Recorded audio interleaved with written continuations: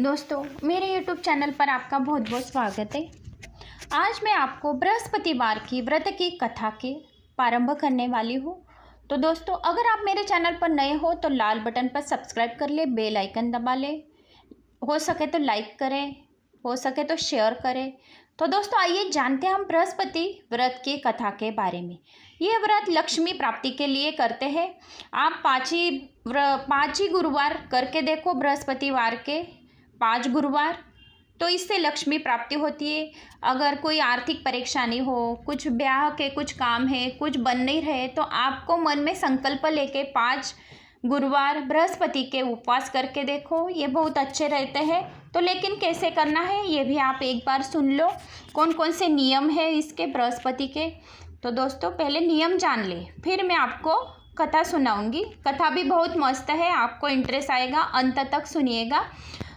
तो दोस्तों देखो, बृहस्पतिवार के दिन पीले गुरुवार बोलते हैं इसको। तो पीले गुरुवार के दिन यानी गुरुवार के दिन लेडीज़ को पीली साड़ी, सारे कपड़े पीले पहनना है, चूड़ी पीली पहननी है।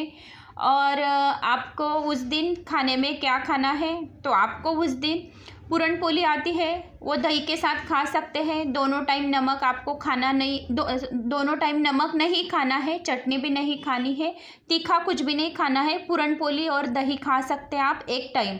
दोपहर को अगर खा सकते तो पहले पूजा पोथी कर लो। उसके बाद इसके लिए केले का घड़ लगेगा। छोटा केले का जो पौधा रहता है वो लाके एक दिन पहले से ही आपको रखना है। और उस पहले केले के पौधे को आपको जल अर्पित करके, गाय के देसी घी होगा वो घी का दिया लगाकर, आपकी मनवांछित प्रार्थना बोलकर, और वो केले के पेड़ के पास आपको गुड़ और चने का नैवेद्य अर्पित करना है। और संकल्प लेना है कि मैं 5 गुरुवार करूँगी बृहस्पति भगवान, तो मेरी ये कामना पूर्ण करना। उसके बाद हो गया आपका कि उस दिन क्या पहनना है और पूजा कैसी करनी है। फिर उसके बाद नियम क्या क्या है। उस दिन गुरुवार के दिन आपको पोछा नहीं लगाना है। अगर जेंट्स और लेडीज़ दोनों को बाल नहीं कटवाने हैं, दाढ़ी वगैरह कुछ करना नहीं है। पैसों के मामले में गुरुवार के दिन पैसे किसी को देना नहीं है। धोबी के यहाँ प्रेस को कपड़े देना नहीं है और नाखून काटना नहीं है। और उसके बाद जो अपना मटका रहता है पानी का, उसको भी धोना नहीं है। तो दोस्तों, ये जो नियम है आपको ये करने हैं। तो फिर ये 5 गुरुवार आप करके देखो। पहले नियम ध्यान में कर लो कि कौन कौन से। अगर आपको उपवास करने हैं तो उसके 2-3 गुरुवार पहले ही आप नियम पहले चालू कर दो कि क्या नहीं करना है। यानी गुरुवार के दिन पोछा नहीं लगाते हैं, मटका नहीं धोते हैं, प्रेस को कपड़े नहीं देना है। और हाँ दोस्तों, अगर आपने जो भी कपड़े आप धोने डालोगे उसको साबुन नहीं लगाना है, और अपने बदन को भी साबुन नहीं लगाना है। दातन करने के टाइम पेस्ट नहीं करना है, और कोई भी लिपस्टिक या कोई मॉइस्चराइज़र कुछ भी नहीं करना है। यानी जो भी रगड़ सगड़ का कुछ धोने चोने का कुछ काम है, साफ सफाई है, वो गुरुवार के दिन करना नहीं है। जाले नहीं निकालने हैं गुरुवार के दिन। ये छोटी छोटी बातों का आपको ध्यान देना है। किसी के यहाँ कोई चीज़ नहीं देनी है, किसी का यहाँ का आपको खाना भी नहीं है। तो दोस्तों, ये रही सारी जानकारी छोटे छोटे नियम की। तो ये बृहस्पतिवार के ये कुछ नियम थे, वो मैंने आपको बता दिए, क्योंकि मैं भी उपवास करने वाली हूँ। तो मैंने सोचा पहले आपको भी बता दूँ कि ये बृहस्पतिवार के कैसे करनी है पूजा पाठ। उस दिन केला भी नहीं खाना है, केले की पेड़ की पूजा होगी, इसलिए उस दिन केला भी नहीं खाना है। आप दूसरी चीज़ कोई भी खा सकते हो, लेकिन पीली, केला छोड़ के पीली। अगर आप गेहूं की रोटी बनाते हो तो उसमें हल्दी डाल देना, और सूजी का जो हलवा आता है वो गेहूं की रोटी के साथ वो हलवा आप खा सकते हो। नहीं तो दही रोटी खा सकते हो, नहीं तो पूरन पोली और दही भी खा सकते हो। एक ही टाइम खाना है। अगर आपकी पोथी पूजा वगैरह व्रत कथा वगैरह हो गई आपकी, तो आपको अगर दोपहर को, किसी को दोपहर को खाना लगता है, किसी की डायबिटीज़ रहती, बीपी रहती, कुछ गोलियां लेनी रहती, मेडिसिन, तो आप दोपहर को आपके व्रत कथा करने के बाद आप खाना खा सकते हैं। लेकिन खाने में नमक चटनी नहीं खाना है, और शाम को अगर खा सकते हो तो शाम को खाना एक ही टाइम। पहले गुड़ और चने की दाल विष्णु भगवान को अर्पित कर दे, लक्ष्मी माता को अर्पित कर दे। केले के पौधे को गुड़ और चने की दाल कटोरी में लेके जड़ में थोड़ी सी अर्पित कर दे और घी का दिया लगाए, थोड़ा सा जल भी डाले पेड़ के केले के पौधे में। तो ये सारी जानकारी, नियम थे और पूजा कैसी क्या करनी है ये मैंने आपको बताया है। तो दोस्तों अभी हम बृहस्पतिवार व्रत की कथा प्रारंभ करते हैं, तो सुनिए अंत तक। जो भी ये कथा सुनेगा उसके घर में माँ लक्ष्मी, माँ और विष्णु भगवान विराजमान होंगे, और जो भी ये 5 गुरुवार करेंगे उनको 5 गुरुवार में आपको चमत्कार दिखने लगेगा, और ये व्रत कथा सुनने मात्र से ही आपको चमत्कार दिखने लगेगा। तो आइए जानते हम बृहस्पतिवार की व्रत कथा। श्री गणेशाय नमः नमः। बहुत समय पहले की बात है, भारत में एक राजा राज्य करता था। वह अति प्रतापी एवं दानी था। वह प्रतिदिन मंदिर में भगवत दर्शन करने जाता था और गुरु और ब्राह्मण की सेवा भी किया करता था। उसके द्वार से कोई भी याचक निराश नहीं लौटता था। वह प्रत्येक गुरुवार को व्रत रखता था और पूजन करता था। हर दिन गरीबों की मदद करता था, परंतु यह सब बातें उसकी रानी पसंद नहीं करती थी। वह न व्रत करती थी और न किसी को एक भी पैसा दान रूप में देती थी। वह राजा को भी ऐसा करने से रोकती थी। एक समय की बात है, जब राजा शिकार खेलने वन को चले गए थे। महल में सिर्फ रानी और दासी थी। उस समय गुरु बृहस्पति साधु का रूप धारण कर राजा के दरवाजे पर भिक्षा मांगने आया। साधु ने रानी से भिक्षा मांगी तो वह कहने लगी, हे साधु महाराज, मैं इस दान पुण्य से तंग आ गई हूँ। इस काम के लिए तो मेरे पतिदेव ही बहुत है। अब आप ऐसी कृपा करें कि सारा धन नष्ट हो जाए तथा मैं आराम से रह सकूं। साधु का वेश रखे बृहस्पति देव ने कहा, हे देवी, तुम अति विचित्र हो। संतान और धन से कोई दुखी नहीं होता, सभी इसे चाहते हैं। पापी भी पुत्र और धनी की इच्छा करता है। अगर तुम्हारे पास बहुत धन है तो भूखे मनुष्य को भोजन कराओ, ब्राह्मणों को दान दो, प्याऊ लगवाओ, धर्मशाला बनाओ, कुआं, तालाब, बावड़ी, बाग, बगीचे आदि बनवाओ तथा निर्धनों को, कुंवारी कन्याओं का विवाह करवाओ, साथ ही यज्ञादि करो। इस प्रकार के कर्म से आपके कुल का एवं आपका नाम लोक परलोक में प्रसिद्ध होगा एवं स्वर्ग की प्राप्ति होगी। किंतु वह मूर्ख रानी साधु की इन बातों से खुश नहीं हुई। वह बोली, हे साधु महाराज, मुझे ऐसी संपत्ति की आवश्यकता नहीं है जो मेरे काम न आए तथा जिसको मैं अन्य लोगों को दान दूं, जिसको रखने और संभालने में मेरा सारा समय नष्ट हो जाता है। साधु ने रानी को समझाने का बहुत प्रयत्न किया, परंतु रानी अपनी बात पर अड़िग रही। तब साधु ने कहा, हे देवी, यदि तुम्हारी ऐसी इच्छा है तो जैसा मैं तुम्हें बताता हूँ तुम वैसा ही करना। बृहस्पति दिन ही घर को गोबर से लिपना, अपने केशों को पीली मिट्टी से धोना, केशों को धोते समय स्नान करना, राजा से कहना कि वह भी हजामत करवाए, भोजन में मांस मदिरा खाना, कपड़े धोबी के यहाँ देना, और इस तरह 7 बृहस्पतिवार निरंतर करने से तुम्हारा सब धन नष्ट हो जाएगा। ऐसा कहकर साधु रूपी बृहस्पति देव अंतर्धान हो गए। रानी ने साधु के कहे अनुसार ही 7 बृहस्पतिवार वैसा ही करने का विचार किया। साधु के बताए हुए अनुसार करते हुए उसे केवल 3 बृहस्पतिवार बीते थे। उसकी समस्त धन संपत्ति नष्ट हो गई थी। कहे अनुसार ही करने से भरपेट भोजन के लिए भी दोनों समय परिवार तरसने लगा तथा सांसारिक भोगों से दुखी रहने लगा। इस प्रकार के अभावग्रस्त जीवन से तंग आकर एक बार राजा रानी से कहने लगा, हे रानी, तुम यहाँ पर रहो, मैं दूसरे देश को जाता हूँ, क्योंकि यहाँ पर मुझे सभी मनुष्य जानते, इसलिए मैं यहाँ कोई कार्य नहीं कर सकता। देश चोरी परदेश भीख के समान है। ऐसा कहकर राजा परदेश चला गया। वहाँ जंगल में लकड़ी काट कर लाता और उन्हें शहर में बेचकर जीवन यापन करने लगा। राजा के जाने के पश्चात इधर उसके बिना रानी के और दासी दुखी रहने लगे। किसी दिन भोजन मिलता तो किसी दिन जल पीकर ही रहना पड़ता था। एक समय रानी और दासी को 7 दिन बिना भोजन के व्यतीत हो गए थे। रानी अपनी दासी से बोली, हे दासी, यहाँ समीप ही के नगर में मेरी बहन रहती जो बहुत धनवान है। तू उसके पास जा और वहाँ से 5 सेर बेजर मांग कर ले आ, जिससे कुछ समय के लिए गुजर बसर हो जाएगी। दासी उसकी बहन के पास गई। बृहस्पतिवार का दिन था। रानी की बहन उस समय ध्यान मग्न होकर पूजा कर रही थी। दासी ने रानी की बहन से कहा, हे रानी, मुझे आपके पास आपकी बहन ने भेजा है, मुझे 5 सेर बेजर दे दो। दासी ने अपनी बात अनेक बार कही, परंतु रानी की बहन ने न कोई उत्तर दिया, क्योंकि वह उस समय बृहस्पतिवार की कथा सुन रही थी।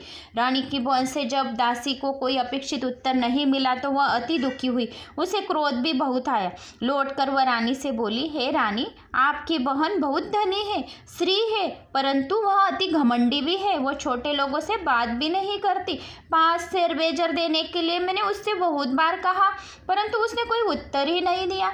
इस प्रकार मुझे निराश एवं खाली हाथ लौटना पड़ा।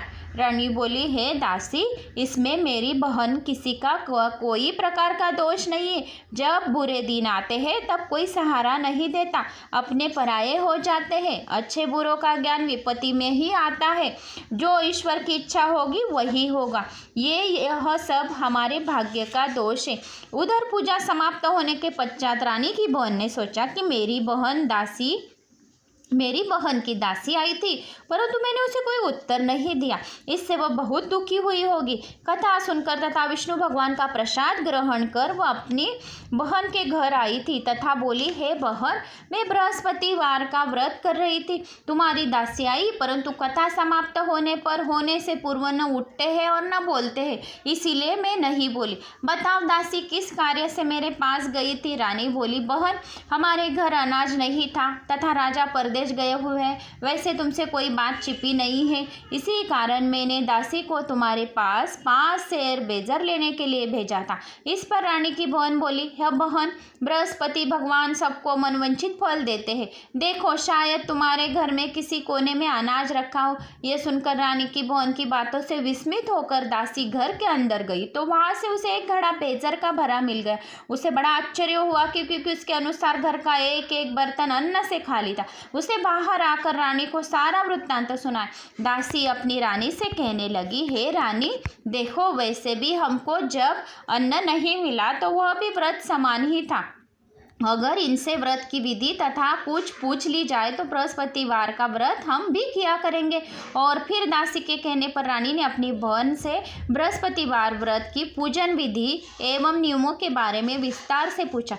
उन्होंने बताया, जो बृहस्पतिवार के व्रत में चने की दाल और मनुखा से भगवान विष्णु का केले की जड़ में पूजन कर दीपक जलाया जाता है, पीला भोजन करता है, पीले वस्त्र धारण करता है तथा प्रेम पूर्वक बृहस्पति भगवान की कथा सुनता है। इससे प्रकार करने से गुरु भगवान उस भक्त से प्रसन्न होते, धन, अन्न, पुत्र देते हैं, मनवांछित मनोकामना पूर्ण करते हैं। व्रत एवं पूजन की विधि बताकर रानी की बहन अपने घर लौट गई। तत्पश्चात रानी और दासी दोनों ने निश्चय किया कि बृहस्पति देव भगवान का व्रत एवं पूजन जरूर करेंगे। 7 दिन पश्चात जब बृहस्पतिवार आया तो दोनों ने व्रत रखा। दासी गुड़साल में जाकर चना और गुड़ बीन लाई और उसकी दाल बनाकर केले के जड़ में विष्णु भगवान का पूजन किया। अब भोजन पीला कहाँ से आए, यह सोचकर दोनों बड़ी दुखी हुई, परंतु उन्होंने व्रत किया था, इसलिए बृहस्पति देव भगवान उनसे प्रसन्न थे। एक साधारण व्यक्ति के रूप में वे 2 थालों में सुंदर पीला भोजन लेकर आए और दासी को लेकर बोले, हे दासी, यह भोजन तुम्हारे और रानी के लिए है, तुम दोनों ही इसे ग्रहण करना। दासी भोजन पाकर अति प्रसन्न हुई और रानी से बोली, हे रानी, भोजन कर लो। रानी को भोजन के विषय में कुछ पता नहीं था, इसलिए वह दासी से बोली, जा तू ही भोजन कर, क्यों तू व्यर्थ में हमारी हंसी उड़ाती है। दासी बोली, हे रानी, एक व्यक्ति भोजन दे गया है। रानी बोली, वो भोजन तेरे लिए ही दे गया, इसलिए तू ही भोजन कर। दासी ने कहा, हे रानी, वह व्यक्ति हम दोनों के लिए 2 थाली में भोजन देकर गया है, अंत में और आप दोनों ही साथ भोजन करेंगे। दोनों ने गुरु भगवान को धन्यवाद एवं नमस्कार कर भोजन प्रारंभ किया। उसके बाद से दोनों प्रत्येक बृहस्पतिवार को गुरु भगवान का व्रत और पूजन करने लगी। बृहस्पति भगवान की कृपा से उन दोनों की भोजन एवं धन की कमी दूर हो गई, परंतु रानी फिर पुनः पहली प्रकार से आलस्य करने लगी। तब दासी ने कहा, हे रानी, आप पहले भी इसी प्रकार आलस्य करती थी। आपको धन संभालने में एवं दान देने में बहुत कष्ट होता था, इसी कारण सभी धन नष्ट हो गया और हमारी ऐसी दुर्दशा हो गई। अब गुरु भगवान की कृपा से धन मिला है तो आपको फिर आलस्य हो रहा है। बड़े कष्टों के बाद आपने यह धन पाया है, इसलिए आपको दान पुण्य करना चाहिए। भूखे मनुष्य को भोजन कराओ, ब्राह्मणों को दान दो, प्याऊ लगवाओ, कुआं तालाब बावड़ी आदि का निर्माण करवाओ, कुंवारी कन्याओं का विवाह करवाओ, मंदिर पाठशाला बनवा कर दान दो, धन को शुभ कार्य में खर्च करो, जिससे आपके कुल का सम्मान बढ़े तथा आपको स्वर्ग प्राप्त हो एवं आपके पितृ प्रसन्न हो। दासी की बात मानकर रानी ने इस प्रकार के सदकर्म करने के प्रारंभ किए। इस प्रकार करने से उसका काफी यश फैलने लगा। कुछ दिनों के बाद एक दिन रानी और दासी आपस में विचार करने लगे कि न जाने राजा किस दशा में होंगे, उनकी कोई खोज खबर नहीं है। रानी राजा की कोई खबर न पाकर उदास रहने लगी। गुरु भगवान से उन्होंने प्रार्थना की। भगवान ने रात्रि में राजा को स्वप्न में दर्शन देकर कहा, हे राजा उठ, तेरी रानी तुझको याद करती है, अब अपने देश लौट जा। राजा प्रांत काल उठा। वो सोचने लगा कि मैं किस प्रकार रानी के पास खाली हाथ जाऊंगा, मेरे पास तो कुछ भी नहीं है। स्त्री जाति खाने और पहनने की ही साथी होती, परंतु पर प्रभु की आज्ञा मानकर वो अपने नगर चलने को तैयार हुआ।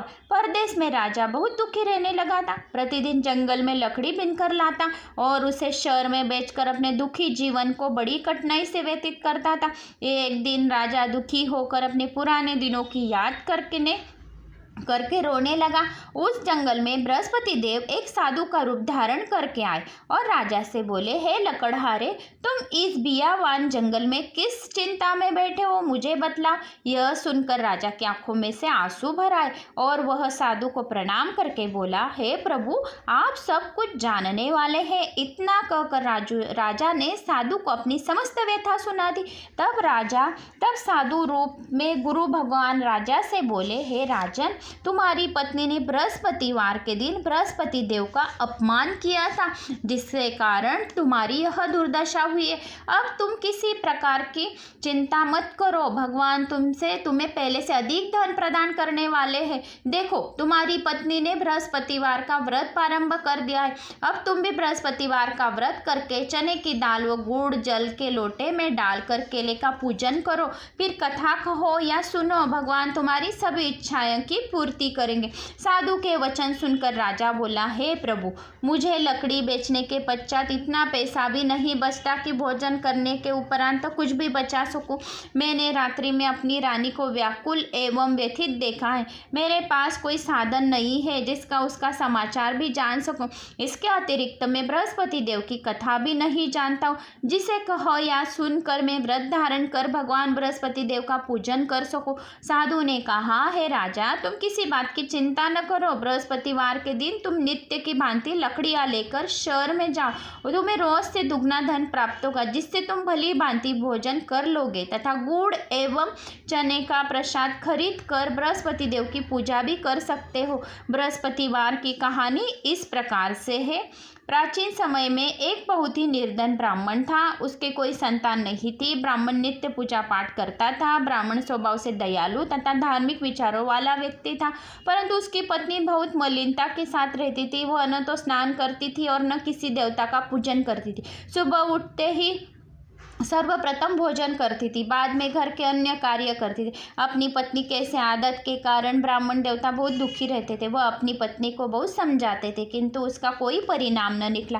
भगवान की कृपा से ब्राह्मण की स्त्री से कन्या उत्पन्न हुई। वह कन्या ब्राह्मण के घर में बड़ी होने लगी। वो बालिका प्रातः काल ही स्नान करके भगवान विष्णु का जप करती थी। बृहस्पतिवार का व्रत भी करने लगी। पूजा पाठ समाप्त कर पाठशाला जाती थी। अपनी मुट्ठी में जौ भरकर ले जाती और पाठशाला जाने के रास्ते में डाल जाती थी। भगवान बृहस्पति की कृपा से वो जौ सुवर्ण के हो जाते तो लौटते समय उनको बीन कर घर ले आती थी। एक दिन वह बालिका सूप से उन सोने के जौ फटक कर साफ कर रही थी। तभी उसकी माँ ने उसे देख लिया और कहा, हे बेटी, सोने के जौ को फटकने के लिए सूप भी सोने का ही होना चाहिए।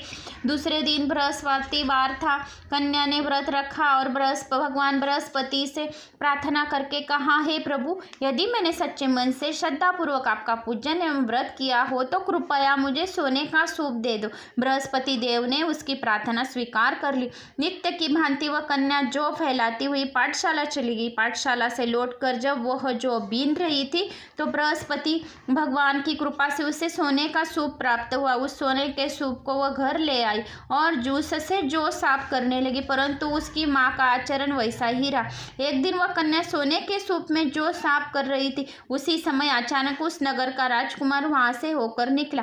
कन्या के रूप एवं कार्य को देखकर राजकुमार कन्या पर मोहित हो गया। राजमहल लौटकर राजकुमार अन्न तथा जल त्याग कर उदास होकर लेट गया। राजा को जब अपने पुत्र द्वारा अन्न जल त्यागने का समाचार प्राप्त हुआ तो अपने मंत्रियों के साथ वह राजकुमार के पास आए और बोले, हे बेटा, तुम्हें किस बात का दुख है? किसी ने तुम्हारा अपमान किया है अथवा कोई और कारण है तो मुझे बताओ, मैं वही करूँगा जिससे तुम प्रसन्न होंगे।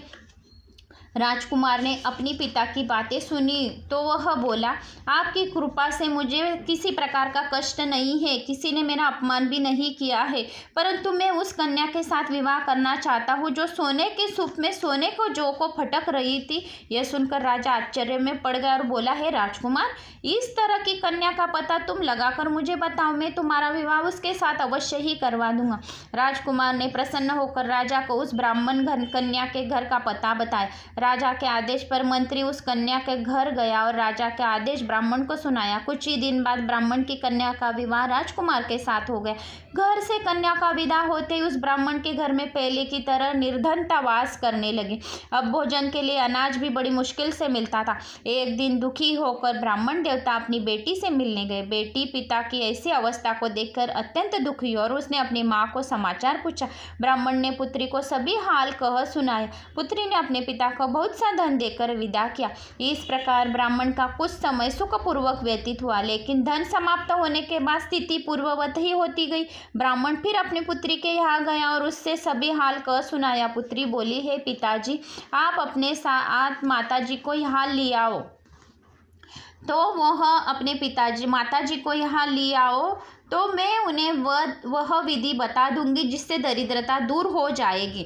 ब्राह्मण देवता अपनी पत्नी के साथ लेकर अपनी पुत्री के पास राजमहल पहुंचे तो पुत्री अपनी माँ को समझाने लगी, हे माँ, तुम सुबह उठकर सर्वप्रथम स्नान आदि करके भगवान विष्णु का पूजन किया करो तो सब निर्धनता दूर हो जाएगी। परंतु उसकी माँ ने उसकी एक न मानी। वह सुबह उठकर सर्वप्रथम अपनी पुत्री के घर में बचा झूठा खाने लगी, झूठन खा लेती थी। एक दिन उसकी बेटी को अपनी माँ पर बहुत गुस्सा आया। उसने उस रात एक कटोरी में खाने का सारा सामान निकालकर अपनी माँ को उसमें बंद कर दिया। उसने उस रात को एक कोठरी में खाने का सारा सामान निकालकर अपनी माँ को उसमें बंद कर दिया। प्रांत कोठरी से अपनी माँ को निकालकर तथा स्नानादि कराकर पूजा पाठ करवाया तो उसकी माँ की बुद्धि ठीक हो गई। इसके बाद वह प्रतिदिन पूजा पाठ करती और प्रत्येक बृहस्पतिवार को व्रत भी रखने लगी। इस व्रत के प्रभाव से उसकी माँ भी अत्यंत धनवान तथा पुत्रवती हो गई और बृहस्पति देवता की कृपा से वृद्धावस्था में मृत्यु को प्राप्त कर स्वर्ग को गई। वह ब्राह्मण भी सुखपूर्वक इस लोक का सुख भोगकर स्वर्ग को प्राप्त हुआ। इस प्रकार कहानी कहकर साधु देवता वहां से अंतर्धान हो गए। धीरे धीरे 6 दिन का समय बीत गया तथा बृहस्पतिवार का दिन आ गया। लकड़हारा रूपी राजा जंगल से लकड़ी काटकर किसी शहर में बेचने गया।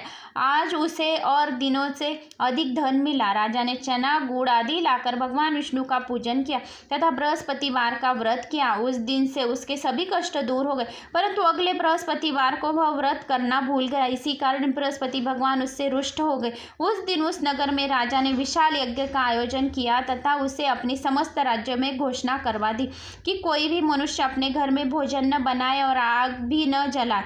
सब लोग मेरे यहाँ भोजन करने आए। इस आज्ञा को जो नहीं मानेगा उसको सूली पर लटका जाएगा।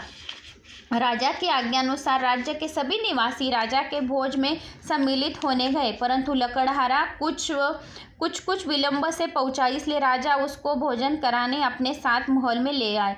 जब राजा लकड़हारा का भोजन कर रहा था तो रानी की दृष्टि उस खुंटी पर पड़ी जिस पर उसका 9 लखा का हार लटका हुआ था। उस खुंटी पर हार लटका दिखाई नहीं दिया तो रानी को निश्चित हो गया कि मेरा हार इस लकड़हारे ने चुरा लिया है। उस समय रानी की जिद पर राजा ने ने सैनिक बुलवाकर लकड़हारे को जेल में डाल दिया। जेल खाने में बंद वह लकड़हारा बहुत दुखी होकर विचार करने लगा कि न जाने कौन से पूर्व जन्म के कुकर्म से मुझे यह दुख प्राप्त हुआ है। जेल में बंद लकड़हारा भगवान बृहस्पति को याद करने लगा। तत्काल बृहस्पति देव साधु के रूप में प्रकट हो गए और उसकी दशा देखकर कहने लगे, अरे मूर्ख, तू बृहस्पतिवार को बृहस्पति देव की कथा एवं व्रत करना भूल गया, इसी कारण तुझे दुख प्राप्त हुए। अब किसी प्रकार की चिंता मत कर। बृहस्पतिवार के दिन जेल खाने के दरवाजे पर तुझे 50 पैसे पड़े मिलेंगे। तुम उन पैसों से प्रसाद मांगना, भगवान बृहस्पति का पूजन एवं कथा कहना, कथा का प्रसाद स्वयं भी ग्रहण करना तथा दूसरों को भी कराना। इस प्रकार करने से तुम्हारे सभी कष्ट दूर हो जाएंगे। अगले बृहस्पतिवार राजा को जेल के द्वार पर पैसे मिले। राजा ने पूजा का सामान मंगवा कर कथा कही और प्रसाद बांटा। उसी रात बृहस्पति देव ने उस नगर के राजा को सपने में दर्शन देकर कहा, हे राजा, तूने जिस आदमी को जेल खाने में बंद कर रखा है वह निर्दोष है, वह राजा है, उसे छोड़ दो। रानी का 9 लखा का हार उसी खुंटी पर लटका हुआ है।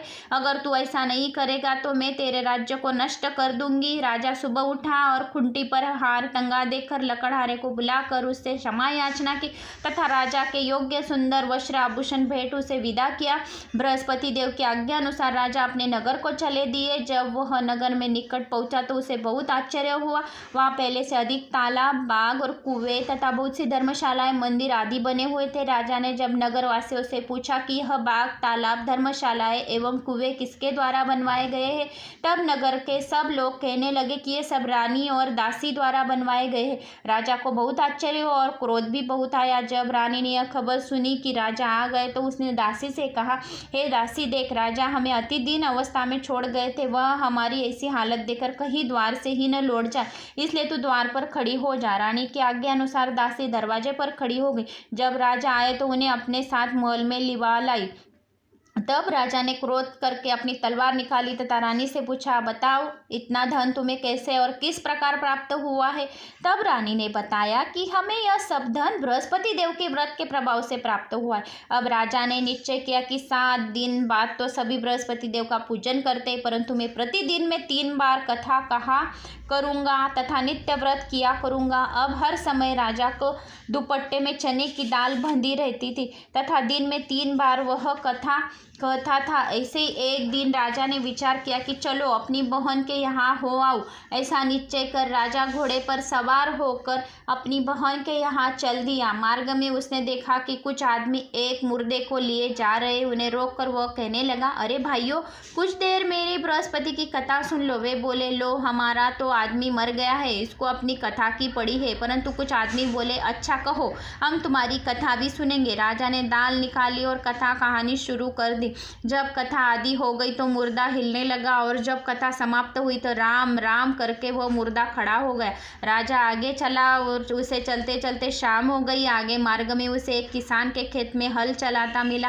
राजा उससे बोला, अरे भाइयों, तुम मेरी बृहस्पतिवार की कथा सुन लो। किसान बोला, जब तक मैं तेरी कथा सुनूंगा तब तक तो 4 हरिया जोत लूंगा। जाओ भाई, तुम अपनी कथा किसी और को सुनाना। राजा आगे चलने लगा। राजा के हटते ही किसान के बैल पछाड़ खाकर गिर गया और किसान के पेट में बहुत तेज दर्द होने लगा। उसी समय किसान की माँ रोटी लेकर आई। उसने जब यह देखा तो अपने पुत्र से सब हाल पूछा। बेटे ने सारा हाल बता दिया। किसान की माँ दौड़ी दौड़ी घोड़े पर सवार राजा के पास गई और उससे बोली, मैं तेरी कथा सुनूंगी, तू अपनी कथा मेरे खेत पर ही चलकर कहना। राजा ने लौटकर किसान के खेत पर जाकर कथा कही, जिससे सुनते ही बैल खड़ा हो गया तथा किसान के पेट का दर्द भी बंद हो गया। आगे चलकर राजा अपनी बहन के घर पहुंच गया। बहन ने भाई की खूब आव भगत की। दूसरे दिन सुबह राजा जागा तो उसने देखा कि सब लोग भोजन कर रहे। राजा ने अपने बहन से जब पूछा कि ऐसा कोई मनुष्य है जिसने भोजन नहीं किया हो और मेरी जो बृहस्पति की कथा का श्रवण कर ले, तो वह बहन बोली, हे भैया, यह देश ऐसा ही है। यहाँ के लोग पहले भोजन करते, बाद में कोई अन्य काम करते। अगर पड़ोस में कोई हो तो देख आती हूँ। ऐसा कहकर बहन चली गई, परंतु उसे कोई भी ऐसा व्यक्ति नहीं मिला जिसने भोजन न किया हो। वह एक कुमार के घर गई जिसका लड़का बीमार था। उसे वह भी पता चला कि उसके यहाँ 3 दिन से किसी ने भोजन नहीं किया है। राजा की बहन ने अपने भाई की कथा सुनाने के लिए कुमार से आग्रह किया तो वह तैयार हो गया। राजा ने जाकर बृहस्पतिवार की कथा कही, जिसको सुनकर कुमार का लड़का ठीक हो गया। अब तो राजा की हर ओर प्रशंसा होने लगी। कुछ दिन के बाद एक दिन राजा ने अपनी बहन से कहा, हे बहन, मैं अपने घर जाऊंगा, तुम भी तैयार हो जा। राजा की बहन ने अपने सास से अपने भाई के साथ जाने की आज्ञा मांगी। सास बोली, चली जा, परंतु अपने लड़कों को यही छोड़ जाना, क्योंकि तेरे भाई की कोई संतान नहीं होती है। बहन ने भाई से कहा, ए भैया, मैं तो चलूंगी, परंतु कोई बालक नहीं जाएगा। राजा ने कहा, जब कोई बालक साथ नहीं चलेगा तो तब तुम क्या करोगी? दुखी मन से राजा अपने नगर को लौट आया। राजा अपनी रानी से बोला, हम नीरवंशी है, हमारा मुंह देखने का भी धर्म नहीं है। वह उदास होकर बिना भोजन किए शैया पर लेट गया। रानी बोली, हे प्रभु, भगवान बृहस्पति ने हमें सब कुछ दिया है, वे हमें संतान भी अवश्य देंगे। उसी रात बृहस्पति देव ने राजा को स्वप्न में दर्शन देकर कहा, है राजा, उठ, सभी सोच त्याग दे, तेरी रानी गर्भवती है। राजा को यह जानकर अति प्रसन्नता हुई। 9वें महीने में रानी को गर्भ से एक सुंदर पुत्र रूपी रत्न पैदा हुआ। तब राजा बोला, हे रानी, स्त्री बिना भोजन के रह सकती है, परंतु बिना कोई नहीं रह सकता, बिना कहे नहीं रह सकती। जब मेरी बहन आए तो तुम्हें अच्छे कुछ मत कहना, उससे कुछ भी मत कहना। रानी ने हाँ कर दी। जब राजा की बहन ने शुभ समाचार सुना तो अति प्रसन्न हुई तथा बधाई लेकर अपने भाई के यहाँ आई। तभी रानी ने कहा, घोड़ा चढ़कर नहीं आई, गधा चढ़कर आई। राजा की बहन बोली, भाभी, मैं इस प्रकार न कहती तो तुम्हें औलाद कैसी मिलती? भगवान बृहस्पति ऐसे ही है, जैसे जिसके मन में कामनाएं हैं सभी को पूर्ण कर मनवांछित फल देते हैं। जो श्रद्धा पूर्वक बृहस्पतिवार का व्रत करता है एवं कथा पढ़ता है अथवा सुनता है या दूसरों को सुनाता है, बृहस्पति देव उसकी सभी मनोकामनाएं पूर्ण करते हैं। बृहस्पति देव उनकी सदैव रक्षा करते हैं। उनके घर में माँ लक्ष्मी हमेशा विराजमान रहती। जो श्रद्धा एवं संपूर्ण आदर भाव से बृहस्पति देव का पूजन एवं सच्चे दिल से व्रत करते हैं, उनकी सभी इच्छाएं पूर्ण होती है। सच्चे मन एवं हृदय से रानी और राजा ने बृहस्पति देव की कथा का गुणगान किया। उनकी सभी इच्छाएं बृहस्पति देव ने पूरी की। इसलिए सबको कथा कहना अथवा सुनने के बाद बृहस्पति भगवान का प्रसाद ग्रहण करना चाहिए तथा सच्चे मन एवं भावना से भगवान बृहस्पति का ध्यान करते हुए सदा उनकी जय जयकार करनी चाहिए। तो दोस्तों, ये रही बृहस्पति व्रत की कथा। तो आपको मेरी ये बृहस्पति व्रत की कथा गुरुवार की कैसी लगी तो ज़रूर हमें कमेंट्स करके बताइए और मेरे वीडियो को एक लाइक ज़रूर दें। आपका एक लाइक मेरे लिए बहुत मायना रखता है।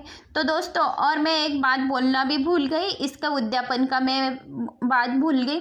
तो उद्यापन इसका कोई ज़्यादा बड़ा नहीं रहता है। ब्राह्मण को आप सीधा आटा देकर ब्राह्मणिन को और ब्राह्मण को कपड़े करके इसका उद्यापन रहता है और संकल्प छोड़ लेना रहता है। तो दोस्तों, ऐसी ये गुरुवार की बृहस्पतिवार की जो उपवास करे तो इसके नियम और उद्यापन ये मैंने सारा बता दिया है। तो आपको मेरी दी गई जानकारी उम्मीद करते हुए वीडियो को लाइक करें, हो सके तो शेयर करें, कमेंट्स करके हमें ज़रूर बताएं और बोलो ओम नमो विष्णुये नमः, बृहस्पतिये नमो नमः।